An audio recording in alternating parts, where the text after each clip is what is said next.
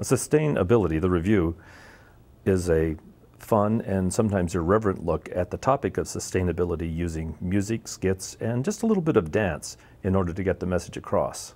I came up with the title for the show because it's sustain, !ability, the Revue. It's not just sustainability, not that concept of trying to sustain the planet, but it's looking to ourselves for our abilities, our talents, that'll help us sustain it. And I think that we proved that in doing a show about it, getting kids to work together to write the skits. When we got around to actually casting the show and starting to write the show with the 15 kids that were cast, I discovered that one of the things that they were really uncertain about and worried about was that as a theme in their classroom, sustainability had become somewhat overdone. Everything was about sustainability, and being kids, they were understandably tired of it. So what do you do your 19-page sustainability paper on? Saving paper. So we decided to start from where the kids were, with complaints. Just complain about sustainability. Get it out there, get them to recognize it. The audience will understand and nod its head. We aren't going to change our lives, stop driving cars, stop drinking out of plastic containers, not take showers. I mean, who talks about sustainability anyway? Only old, boring guys. And then we take them from that and saying, okay, but then what about this and what about that? And we move them back into a position where they think, okay, maybe I do have to do something to further the sustainability of the planet.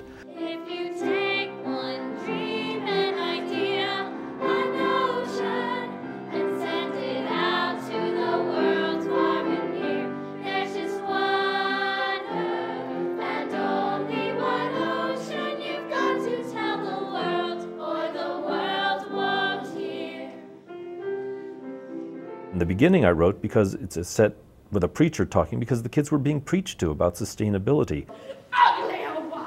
And you're gonna be just as bad. And that's one of the problems that we have as teachers, is we think that what is important to us is necessarily important to the kids. The message in a different form sometimes is more appealing to the kids, and they sometimes hear it more. It's not my fault. Trees don't go where it's supposed to. The bird's gonna die, nothing left but a ghost. You say we gotta listen, you say we gotta think, you say we're on the brink of being extinct. I say this is a generation that gets tuned into iTunes every day. Give them a song.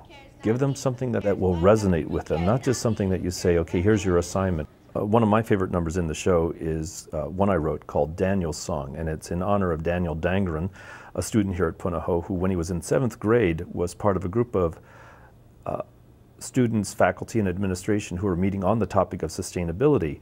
And Daniel said something at that meeting which then echoed throughout the school year and has become sort of the unofficial motto of the sustainability at Punahou. Enough for everyone, everywhere, forever.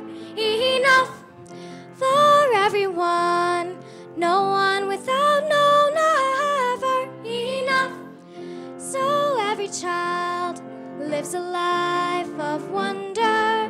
Enough of everything, forever and always. Alan Lum started this whole business of raising worms on campus as a means of dealing with the biodegradable foodstuffs and paper waste, and he became the worm man. I told him, you know, I feel like I'm going to have to put a song in there about what you do. I'm going to call it the Worm Bin Boogie.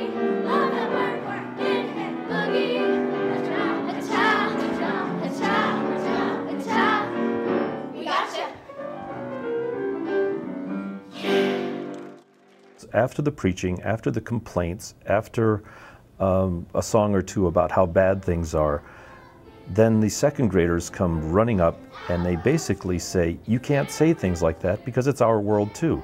And you have to, as older kids, you have to think about it and think about us as well.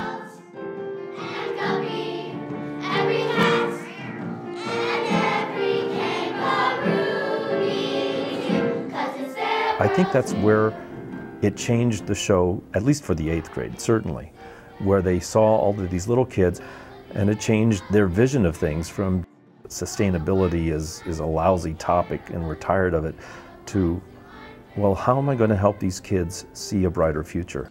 That maybe is the whole thing about the education.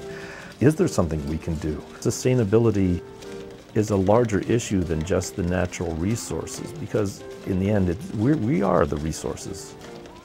We are the ones that have to make the change happen. I can contribute my talents, writing a musical, and the kids' talents, writing the skits and doing their songs. If we contribute all of our talents, that pushes us further towards the goal. It's hard to be sustainable. It's hard to be environmentally aware. It's hard to do more as a single individual, but collectively, if we all get on the same wavelength, if we start to see the same possibilities for the future, if we are able to develop that ability to sustain, then I think something can happen.